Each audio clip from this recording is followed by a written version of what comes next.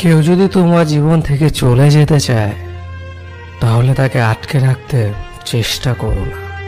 তাকে এমনভাবে বিদায় দাও যাতে সে একটা সময় তোমাকে ভেবে আফসোস করে। আবার কেউ যদি তোমার জীবনে আসতে চায় তাকে ফুরফুরিয়ে গ্রহণ করো না। সময় নাও, এতে করে সে তোমার মূল্যটা বুঝতে পারবে, সেই সাথে তুমিও বুঝতে পারবে মানুষটা তোমার জন্য সঠিক কিনা।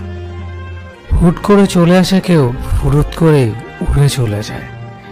যা অল্পতেই পাওয়া যায় তার উপর মানুষের গুরুত্ব কম। যে হঠাৎ চলে আসে সে না পারবে তোমাকে বুঝতে, না পারবে তুমি তাকে বুঝতে। অর্থাৎ চলে যাওয়ার রাস্তাটাও তখন বের হয়ে আসে।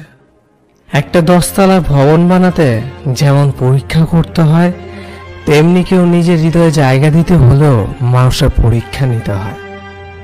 এতে করে তুমি যেমন ভবনটা নির্মাণ করতে পারবে কিনা সেটাও বুঝতে পারবে, তেমনি মানুষটাও তোমার জীবনে সঠিক কিনা সেটাও ধরতে পারবে। পাওয়ার হারানোর মাঝে ছোট্ট একটা লজিক আছে। তুমি যা পেয়েছো সেটা তুমি কিভাবে পেলে, যে তোমাকে পেয়েছে সে তোমাকে কিভাবে পেল। যদি খুব সহজে একে অপর পেয়ে যায় তাহলে খুব সহজেই একে অপরকে হারিয়ে ফেলবে। এটাই বাস্তব। তুমি যাকে হারিয়েছ তাকে ভেবে কষ্ট পেও না, কষ্ট পেয়ে লাভ নেই। বরং এটা ভেবে নাও তোমাকে হারিয়ে তার কি ক্ষতি হলো। আর সে এমন একজনকে হারিয়েছে, সে তাকে ভালোবাসত। ভালো রাখতে হলে বেশি কিছু ভাবতে হয় না, ছোট্ট দু একটা রুলস মানতে পারলেই হেব্বি ভালো থাকা যায়। যে আসতে চায় তাকে সময় নিয়ে আসতে দাও, যে যেতে চায় তাকে বিনা কারণেই যেতে দাও।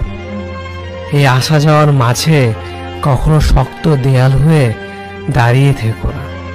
এতে করে তুমি তোমার প্রকৃত জীবন সঙ্গী পাবে, যে শুধু আসবেই কিন্তু কখনো যেতে চাইবে না।